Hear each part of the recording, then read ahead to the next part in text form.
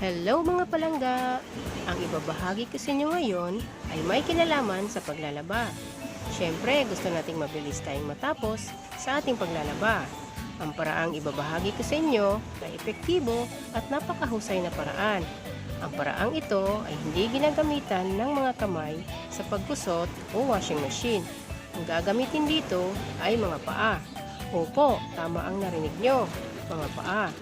Lubhang napakagaling sa pagtanggal ng dumi kapag paa ang ginagamit.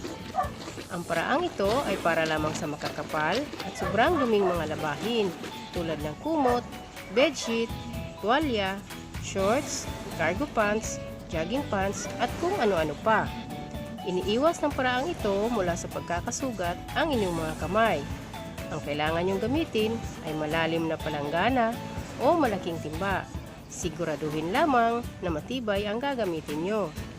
Mahalagang paalala po mga palangga, pagkatapos maglaba, mag-apply ng hand and body lotion o moisturizer sa mga kamay, binti at mga paa.